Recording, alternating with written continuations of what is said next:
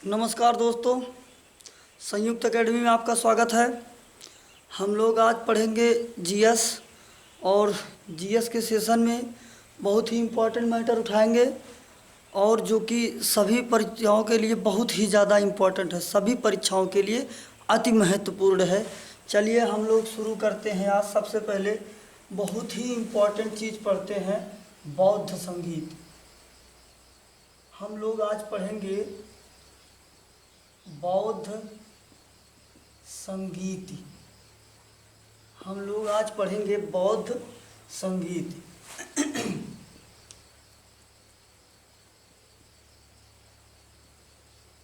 बौद्ध संगीत तो इसकी ये 4 बैठकें हुई हैं, जो कि चारों बैठकें बहुत महत्वपूर्ण हैं। एक एक प्रश्न आप लोग अच्छे से नोटिस कीजिए और देखिए। सबसे पहली संगीति की अगर बात करते हैं तो ये हुई थी 483 बीसी में। पहली बौद्ध संगीत जो हुई है वो 483 बीसी में हुई है। अगर आपसे ये पूछ ले कि ये बता दीजिए पहली बौद्ध संगीति कहाँ पर हुई है, तो आप कहिएगा राजगृह में हुई है। पहली बौद्ध संगीति राजगृह में हुई है। और अगर आपसे ये पूछ लेता है जो पहली बौद्ध संगीति राजगृह में हुई वो किस शासक के शासनकाल में हुई, तो वो हुई भाई अजातशत्रु। अजातशत्रु के शासनकाल में। और उसकी अध्यक्षता किया था महाकश्यप ने। बात एक बार फिर से ध्यान से सुनिएगा।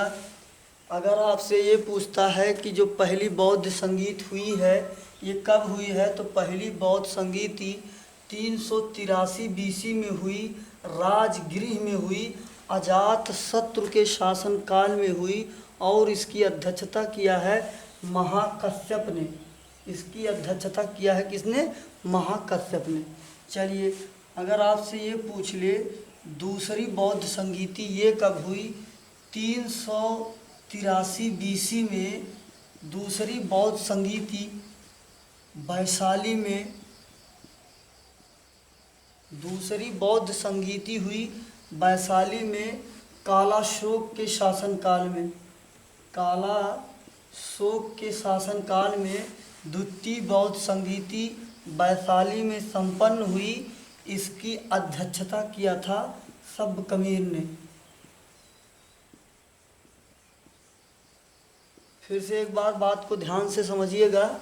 दूसरी बौद्ध संगीति 383 बीसी में वैशाली में कालाशोक के शासनकाल में सबकमीर की अध्यक्षता में संपन्न हुई।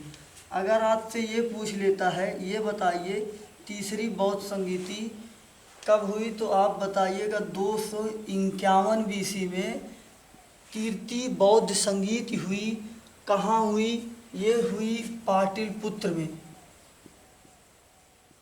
पाटलिपुत्र में हुई। किसके शासनकाल में हुई? तो वो शासक था अशोक।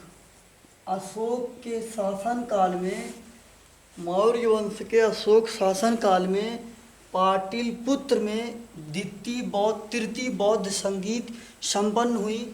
अगर आपसे ये पूछ ले ये बताइए कि इसकी अध्यक्षता किसने किया, तृतीय बौद्ध संगीत की अध्यक्षता किसने किया, तो अध्यक्षता किया मोगलपुत्तिस ने।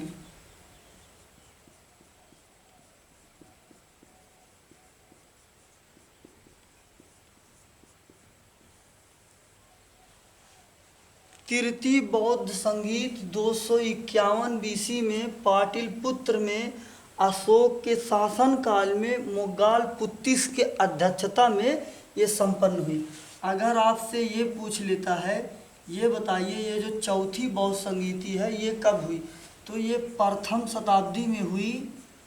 प्रथम शताब्दी में संपन्न हुई और ये संपन्न हुई कुंडलवन कश्मीर। कुंडलवन कश्मीर, पाटलिपुत्र बोले तो पटना, ये किसके शासनकाल में हुई? चौथी बौद्ध संगीत जो हुई ये किसके शासनकाल में हुई? कनिष्क के। कनिष्क के शासनकाल में हुई।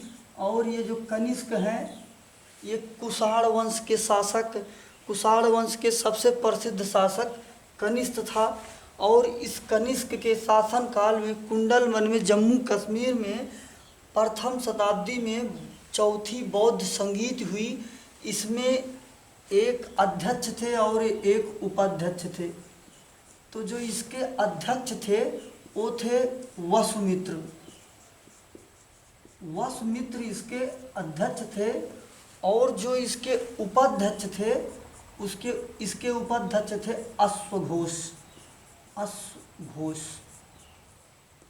ध्यान से एक बार बात को फिर से समझिएगा।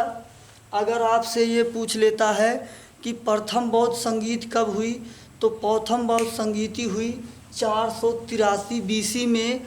और कहाँ पर हुई? राजगृह में हुई। अजात शत्रु के शासन काल में हुआ। कहाँ हुआ? अजात शत्रु के शासन काल में हुआ। और एक बात आप लोग ये ध्यान रखिएगा, अजात शत्रु जो है वो हर्यक वंश का था। वो हर्यक वंश का था और महाकश्यप ने अध्यक्षता किया था। अगर आपसे ये पूछ ले 383 बीसी में द्वितीय बौद्ध संगीति कहाँ हुई? वैशाली में हुई। और कालाशोक के शासनकाल में हुई। सब कबीर ने इसकी अध्यक्षता किया। आप ये ध्यान रखिएगा, ये जो अजात शत्रु है ये हर्यक वंश का है। कालाशोक शिशुनाग वंश का है। कालाशोक कहाँ का है? शिशुनाग वंश का है। और ये हर्यक वंश का है। अगर आपसे पूछ ले ये बताइए तृतीय बौद्ध संगीति कब हुई? 251 बीसी में हुई। और ये पाटलिपुत्र में हुई, अशोक के समय में हुई। और इसकी अध्यक्षता किया था मोगालपुत्तिस ने।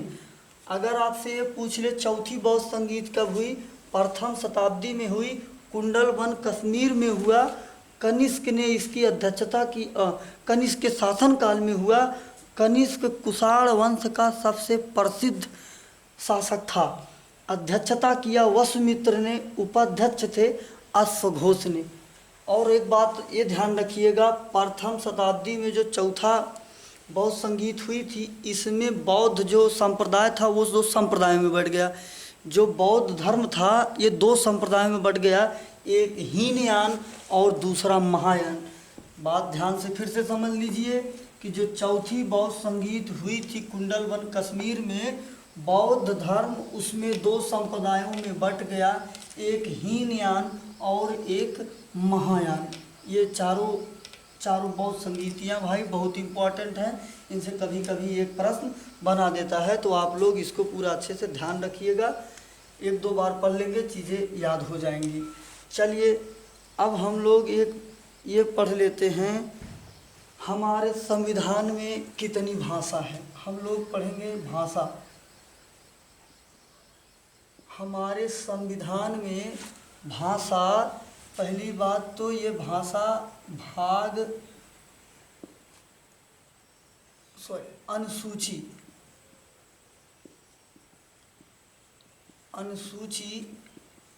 8 में है। भाषा भारतीय संविधान के अनुसूची नंबर 8 में है।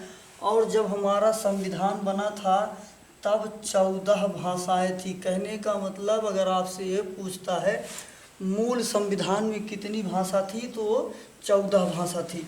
अगर आपसे ये पूछ लेता है ये बताइए अभी संविधान में कितनी भाषाएं हैं, तो यह ध्यान रखेंगे हम लोग, अभी संविधान में 22 भाषा है।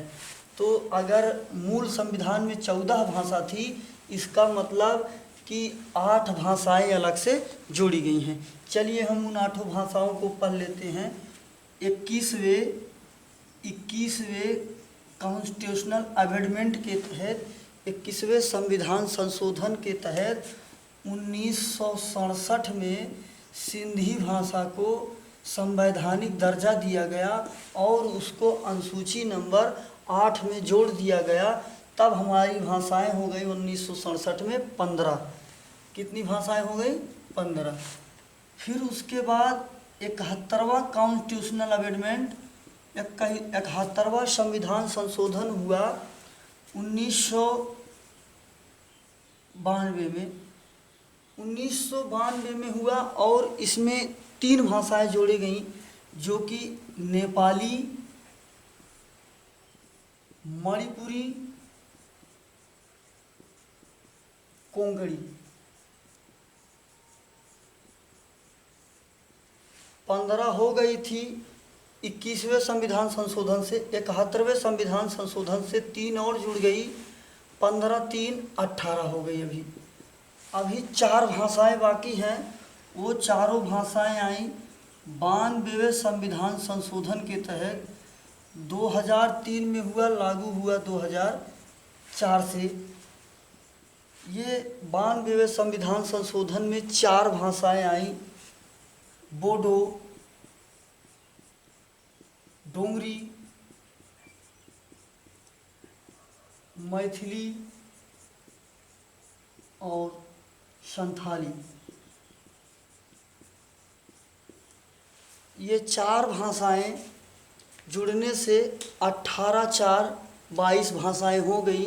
तो आप लोग एक बार बात फिर से ध्यान से रखिएगा। भाषा की जब बात करेगा तो ये भाषा अपनी अनुसूची नंबर 8 में है। मूल संविधान में 14 भाषाएं थी, अभी संविधान में 22 भाषाएं हैं। कहने का मतलब संविधान संशोधन करके 8 भाषाएं जोड़ी गई। तो पहली जो भाषा जोड़ी गई वो सिंधी जोड़ी गई 21वें संविधान संशोधन 1967 के तहत, और 71वां संविधान संशोधन हुआ 1992 में, जिससे 3 भाषाएं आई, नेपाली, मणिपुरी और कोंकणी आई। 92वें संविधान संशोधन 2003 में हुआ, 2004 से लागू हुआ, जो कि 4 भाषाओं को जोड़ता है, बोडो, डोंगरी, मैथिली और संथाली। ये 4 भाषाएं मिलकर 22 भाषाएं हो गई। हमारे संविधान में अभी 22 भाषाएं हैं, जबकि मूल संविधान में सिर्फ 14 भाषाओं का उल्लेख था।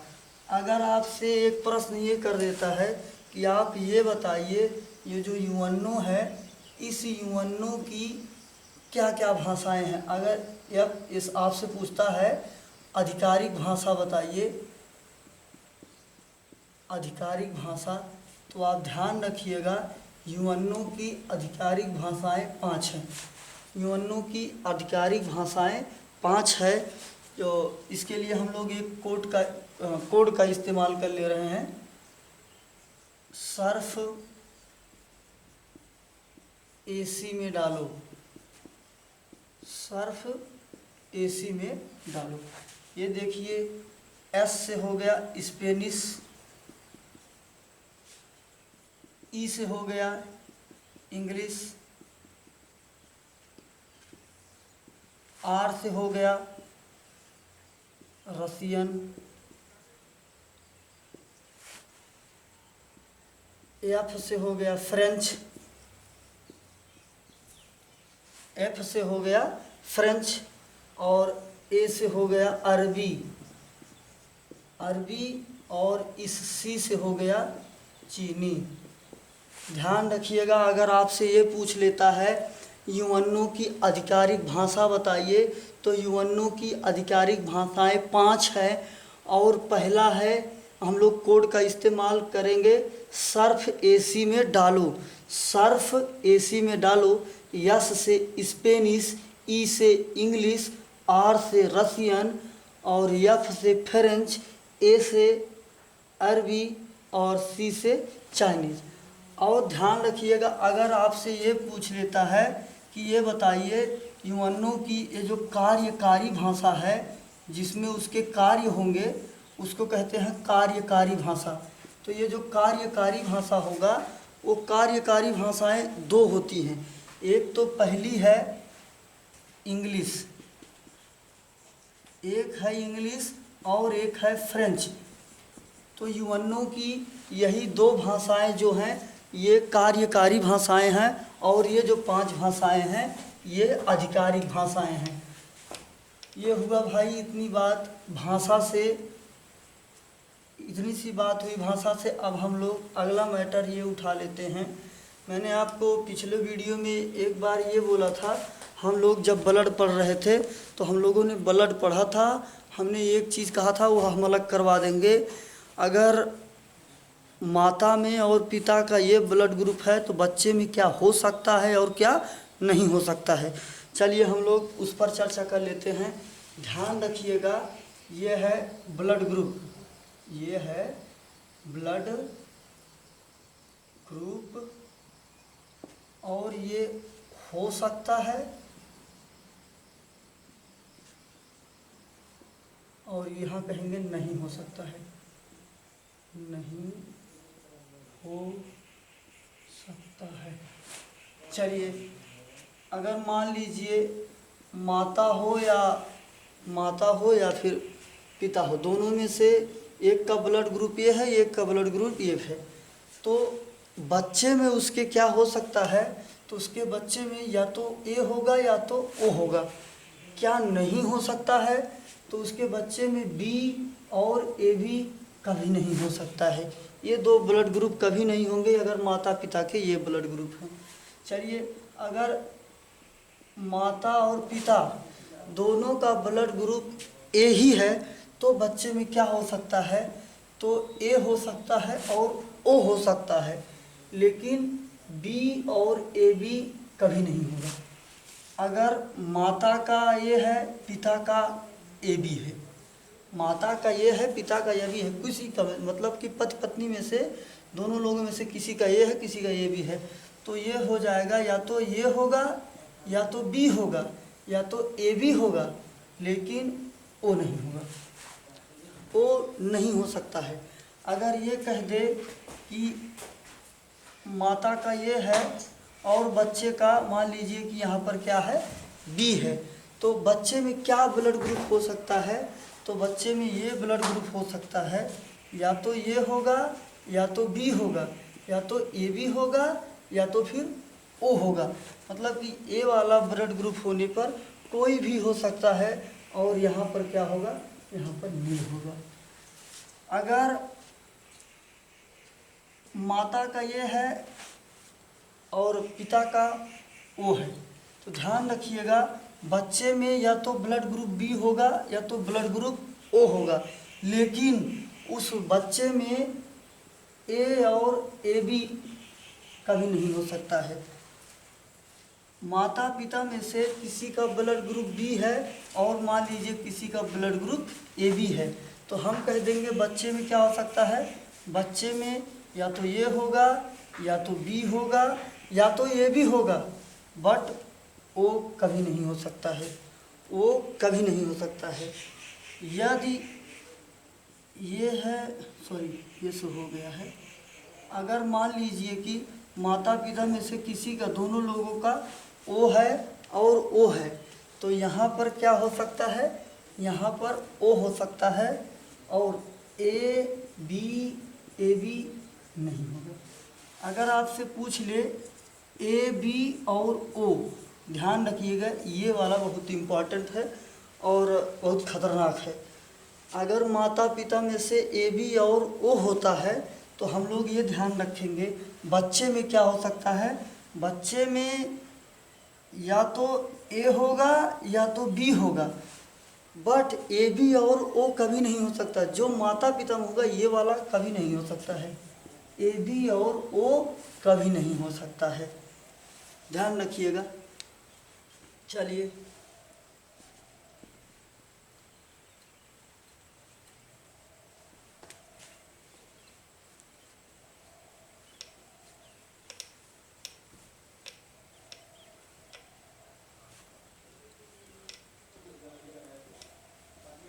एक प्रश्न ये याद आ गया हमको, अगर आपसे पूछ लेता है कि ये बताइए, इम्पॉर्टेंट प्रश्न भाई, ये स्वाइन फ्लू और बर्ड फ्लू, ये जो स्वाइन फ्लू है और बर्ड फ्लू, अगर आपसे पूछता है स्वाइन फ्लू और बर्ड फ्लू, ये इसके जो वायरस थे उसका क्या नाम था, तो आप ये ध्यान रखिएगा, ये जो स्वाइन फ्लू था ये जो स्वाइन फ्लू था इसके इसके इसका नाम था H1N1। अगर आपसे बर्ड फ्लू का पूछ ले तो बर्ड फ्लू का था H3N8। ये बहुत ही इम्पोर्टेंट प्रश्न है, ये दोनों प्रश्न ध्यान रखिएगा। स्वाइन फ्लू और बर्ड फ्लू के ये जो वायरस थे ये इसके नाम हैं, स्वाइन फ्लू और बर्ड फ्लू। चलिए अब हम लोग बहुत ही इम्पोर्टेंट जानकारी पढ़ने वाले हैं। इसमें से कभी कभी बहुत प्रश्न बनाता है तो मैं एक ही बार में सभी प्रश्नों को एक तरह से कर दे रहा हूँ। मैं आपको आज पढ़ाने वाला हूँ यहाँ पर भारत। क्या पढ़ाना है? भारत। आज हम आपको पढ़ाएंगे भारत के बारे में सामान्य सी जानकारी जो भारत के प्रत्येक नागरिक को पता होनी चाहिए। अपने बारे में तो हर एक भारतीय नागरिक को पता होना ही चाहिए, इसीलिए बता रहे हैं। सबसे पहला बात ये, अगर आपसे पूछता है कि भारत की स्थिति कहाँ पर है, भारत की स्थिति कहाँ पर है, भारत कहाँ स्थित है, तो आप ये ध्यान रखिएगा, भारत उत्तरी गोलार्ध में है। भारत कहाँ है? उत्तरी गोलार्ध में है। इसका क्या मतलब निकलता है? उत्तरी गोलार्ध। जैसे कि मान लीजिए ये पृथ्वी है, ये इक्वेटर है, कहने का मतलब विषुवत रेखा है। ये ऊपर का जो गोलार्ध, गोले का अर्ध भाग उसे कहते हैं गोलार्ध। जो गोले का अर्ध भाग है, ऊपर वाला भाग है, उसे कहते हैं गोलार्ध। और ऊपर वाला क्षेत्र उत्तर है, नीचे वाला दक्षिण है, तो इसलिए ये उत्तरी गोलार्ध हुआ और ये दक्षिणी गोलार्ध होगा।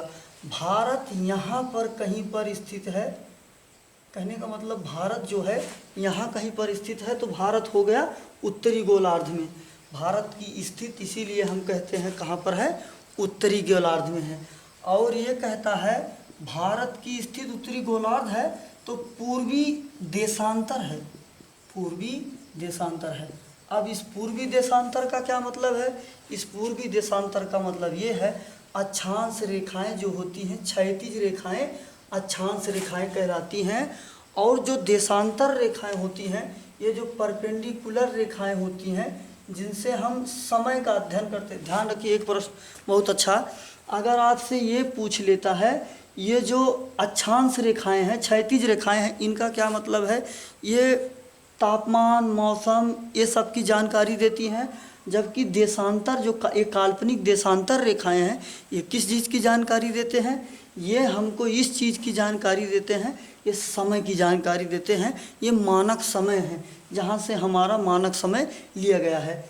जैसे कि अगर आपसे ये पूछ लेता है भारत का मानक समय कहाँ से लिया गया है, 82.5 अंश जो पूर्वी देशांतर आया है इलाहाबाद के नैनी से, वहाँ से अपना मानक समय लिया गया है। जो अपना मानक समय है जीएमटी से, ग्रीनविच मीन टाइम से 5.5 घंटा आगे चलता है, अपना मानक समय वहाँ से लिया गया है। तो ये होता है पूर्वी देशांतर। और ध्यान रखिए, ये जो होगा पश्चिमी एरिया होगा, ये पूर्वी एरिया होगा। तो भारत की स्थिति यहाँ पर है, तो इसलिए ये पूर्वी देशांतर में है। और गोलार्ध की बात करेगा तो ऊपर ये गोलार्ध में है। ध्यान रखिएगा, ये बात हुई इतनी सी दक्षिणी गोलार्ध और उत्तरी गोलार्ध, पूर्वी देशांतर की। तो भाई ये जो पूर्वी देशांतर है, भारत कहाँ पर स्थित है? पूर्वी देशांतर पर या फिर उत्तरी गोलार्ध में। ये बात हुआ। अगर आपसे पूछ लेता है कि ये बताइए भारत का विस्तार कहाँ से कहाँ तक है, ये जो भारत का विस्तार है ये विस्तार कहाँ से है? अगर आपसे पूछ लेता है अक्षांशी विस्तार,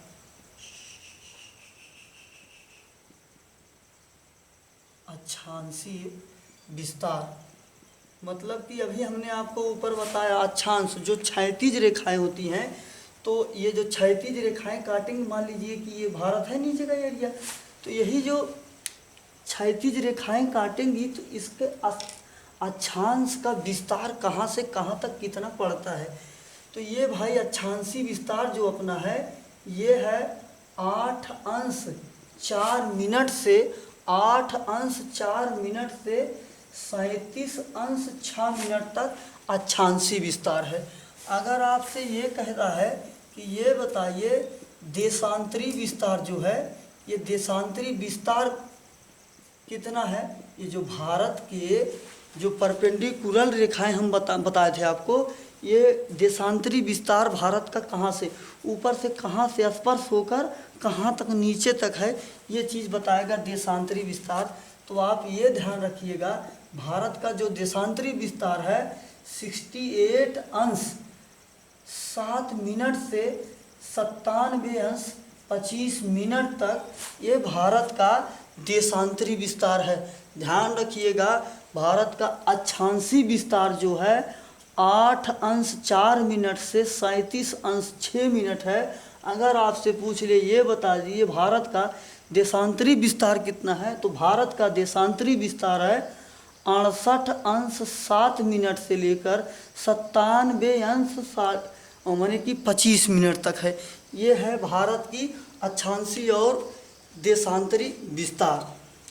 अगर आपसे ये पूछ लेता है, ये बताइए ये जो भारत है उत्तर से दक्षिण, ये जो उत्तर से दक्षिण में है इसकी ये दूरी कितना है, तो आप ध्यान रखिएगा ये दूरी है 2933 किलोमीटर।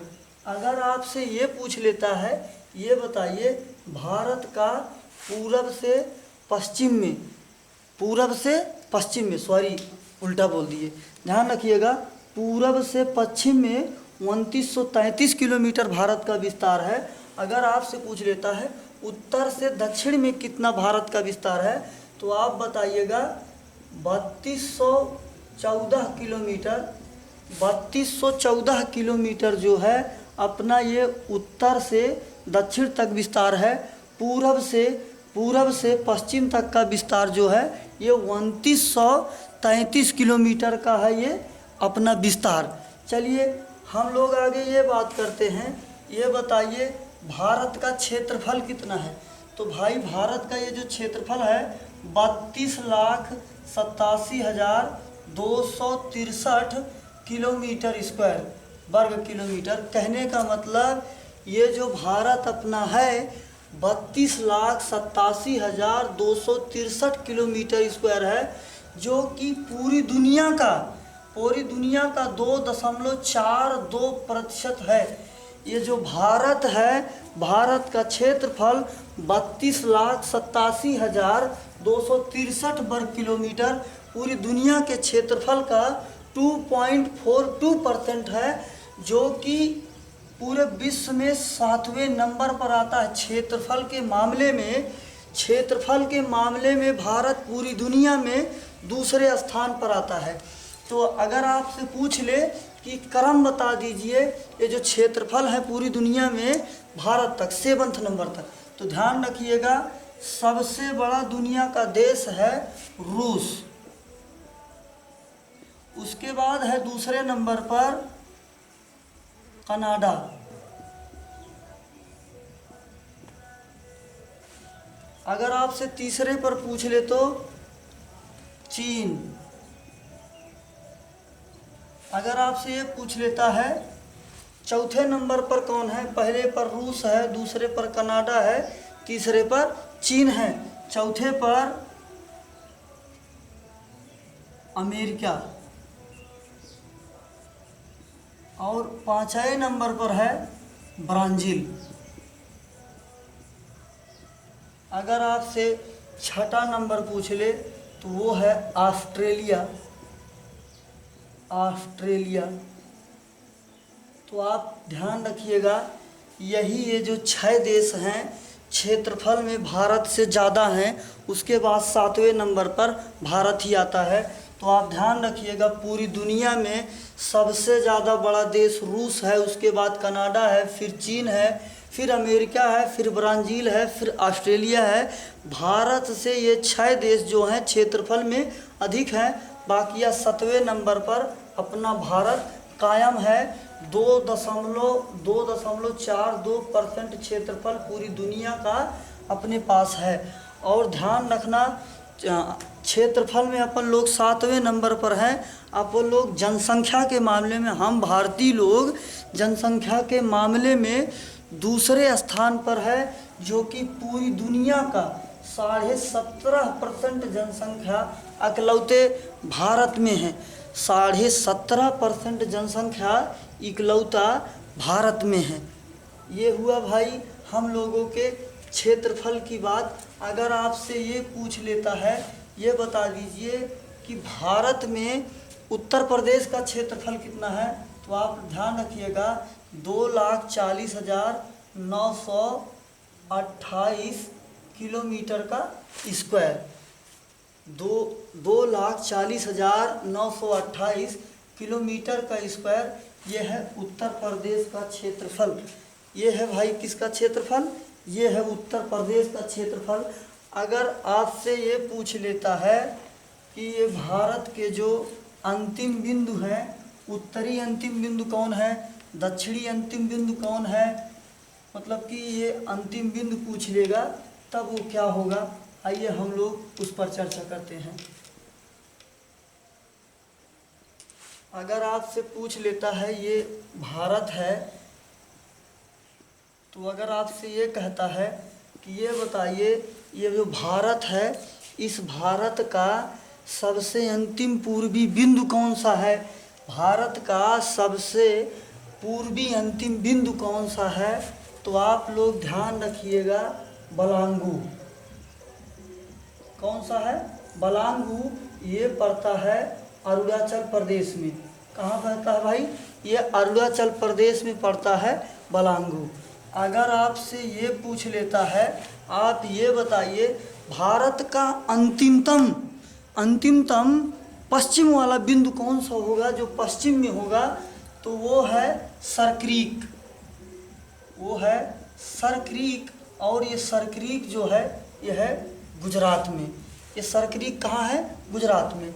अगर आपसे ये पूछ लेता है, आप ये बताइए भारत का उत्तरी बिंदु कौन सा होगा, तो आप क्या बताइएगा, भारत का अंतिमतम उत्तरी बिंदु होगा इंद्रकौल।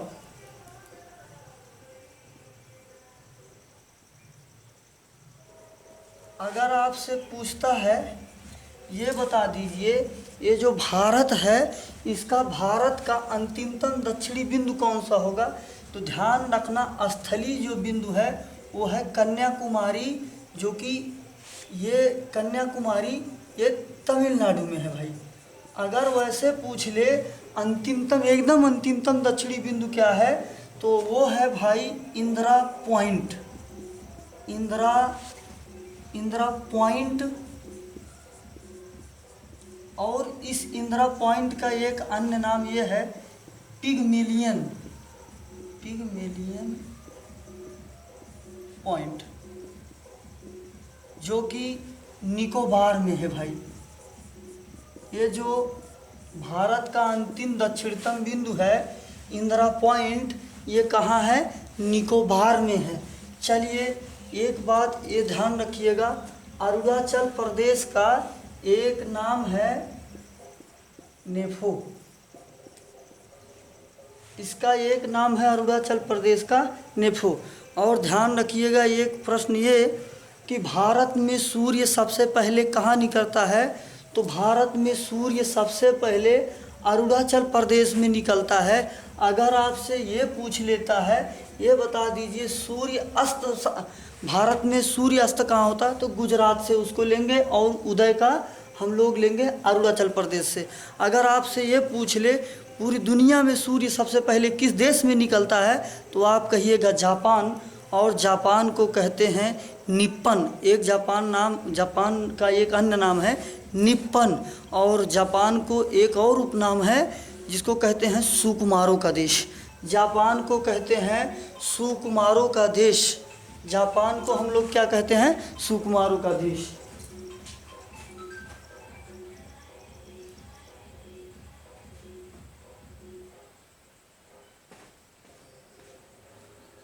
जापान को कहते हैं हम लोग सुकुमारों का देश। ध्यान रखिएगा। अगर आपसे ये प्रश्न करता है भारत की, ये बताइए स्थलीय सीमा की लंबाई कितनी है, भारत की स्थलीय सीमा तो अगर आपसे पूछ ले, ये बताइए कि भारत की ये जो स्थलीय सीमा है ये कितनी है, तो भारत की स्थलीय सीमा 15,200 किलोमीटर लंबा है। भारत की जो स्थलीय सीमा है 15,200 किलोमीटर है। और ध्यान रखिएगा, पूरी दुनिया में सबसे लंबी सीमा कनाडा देश की है। पूरी दुनिया में सबसे लंबी सीमा कनाडा देश की है। चलिए, अगर आपसे ये पूछ लेता है कि ये बताइए भारत की तटीय रेखा की लंबाई कितनी है। भारत की तटीय रेखा की लंबाई, तटीय रेखा मतलब तटीय सीमा, अपनी जो तटीय सीमा है, रेखा ना लिख के तटीय सीमा लिखा जाए, तटीय सीमा की लंबाई। तो तटीय सीमा की लंबाई जो है वो है 7516.6 किलोमीटर। तटीय सीमा की लंबाई 7516.6 किलोमीटर। अगर आपसे ये पूछ लेता है मुख्य तटीय सीमा की लंबाई, मुख्य तटीय सीमा की लंबाई, तो आप ये ध्यान रखिएगा 6100 किलोमीटर की लंबाई जो है ये हमारे भारत के मुख्य तटीय सीमा की लंबाई है। और तटीय सीमा की लंबाई 7516.6 किलोमीटर। और दो प्रश्न ये याद आ गया, ध्यान रखिएगा। अगर आपसे ये पूछता है कि ये बता दीजिए भारत का पूरब से पश्चिम गलियारा, उत्तर से दक्षिण का गलियारा ये कहाँ से कहाँ तक है, तो आप ये बात ध्यान रखिएगा। अगर आपसे ये पूछता है कि भारत का पूरब से पश्चिम गलियारा और उत्तर से दक्षिण का गलियारा ये कहाँ से कहाँ तक है, तो आप ये ध्यान रखिएगा। ये हम पहले बनाते हैं उत्तर से दक्षिण, भारत का उत्तर से दक्षिण गलियारा। ये जो भारत का उत्तर से दक्षिण वाला गलियारा है, ये गलियारा है यहाँ से श्रीनगर से कन्याकुमारी तक, श्रीनगर से कन्याकुमारी तक। और ये मान लीजिए अपना ये है पूरब से पश्चिम गलियारा, ये है मान लीजिए पूरब से पश्चिम का गलियारा। तो आप ये ध्यान रखना, ये जो पूरब से पश्चिम का गलियारा है ये भाई श्रीनगर हो गया जम्मू एंड कश्मीर, ये कन्याकुमारी हो गया तमिलनाडु। अगर आपसे ये पूछता है कि ये कहाँ से कहाँ तक है, तो ध्यान रखिएगा गुजरात के पोरबंदर से होते हुए ये असम के सिलचर तक है। आप ध्यान रखिएगा, पूरा पश्चिम गलियारा गुजरात के पोरबंदर से असम के सिलचर तक है। और उत्तर दक्षिण गलियारा श्रीनगर जम्मू कश्मीर से लेकर कन्याकुमारी तक है। अगर आपसे ये पूछता है, आप ये बता दीजिए ये जो उत्तर दक्षिण गलियारा है, पूर्व पश्चिम गलियारा है, ये एक दूसरे को कहाँ पर काटते हैं, तो ध्यान रखिएगा उत्तर प्रदेश का जिला है झांसी, ये झांसी में काटते हैं। ये कहाँ काटते हैं भाई? झांसी में काटते हैं उत्तर दक्षिण और पूर्व पश्चिम गलियारा। आप लोग एक बात और ध्यान रखिएगा, हमारे भारत सरकार की एक परियोजना है स्वर्णिम चतुर्भुज परियोजना। ये ऐसे भारत को पूरी तरह से घेरते हुए चारों महानगरों को जोड़ने के लिए प्रधानमंत्री अटल बिहारी वाजपेयी साहब ने ये स्वर्णिम चतुर्भुज, ध्यान रखिएगा इसका नाम है स्वर्णिम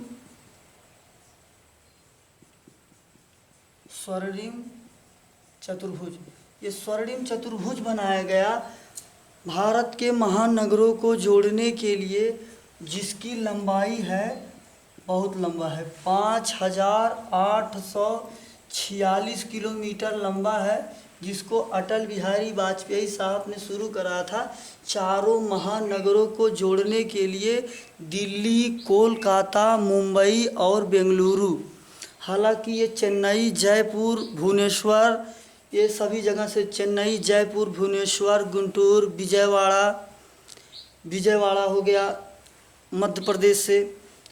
तो भारत के सभी महानगरों को जोड़ने के लिए प्रधानमंत्री अटल बिहारी वाजपेयी ने स्वर्णिम चतुर्भुज 5,846 किलोमीटर लंबा बनवाया। हम लोगों को कनेक्ट करने के लिए आसान होगा इसके सहायता से।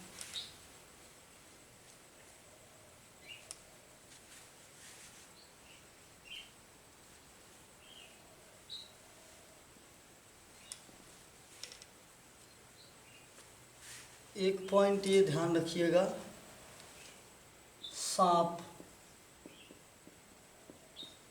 क्या सांप। अगर आपसे ये पूछ ले कि ये बताइए, ये जो साउथ पोल है, साउथ पोल मतलब कि दक्षिणी जो ध्रुव है, ये जो दक्षिणी ध्रुव है, इसकी खोज किसने की? तो दक्षिणी ध्रुव की खोज की एमंड सेन ने। किसने किया? एमंड सेन ने। अगर आपसे ये पूछता है, ये बताइए, ये जो नॉर्थ पोल है, उत्तरी ध्रुव, ये जो उत्तरी ध्रुव है, इसकी खोज किसने की?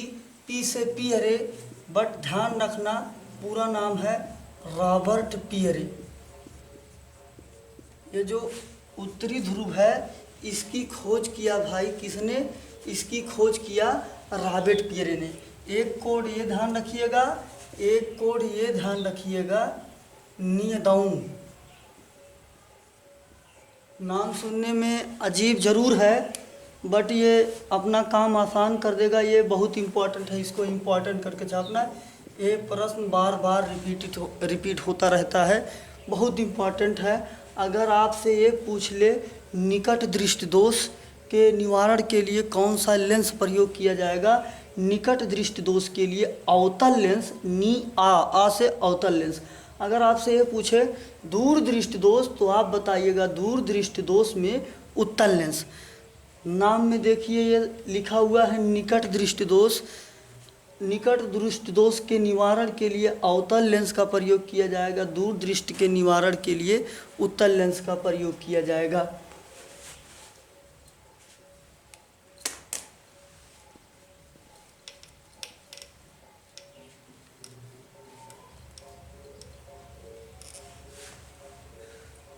हम लोग इस वीडियो को यहीं पर समाप्त करते हैं, और आप लोग ये ध्यान रखिएगा, जो भी जिस प्रकार की वीडियो जैसा कंटेंट चाहिए आप हमें बताइएगा कमेंट बॉक्स में, हम आपके लिए वो चीज़ अवेलेबल करा देंगे। तब तक के लिए धन्यवाद। जय हिंद।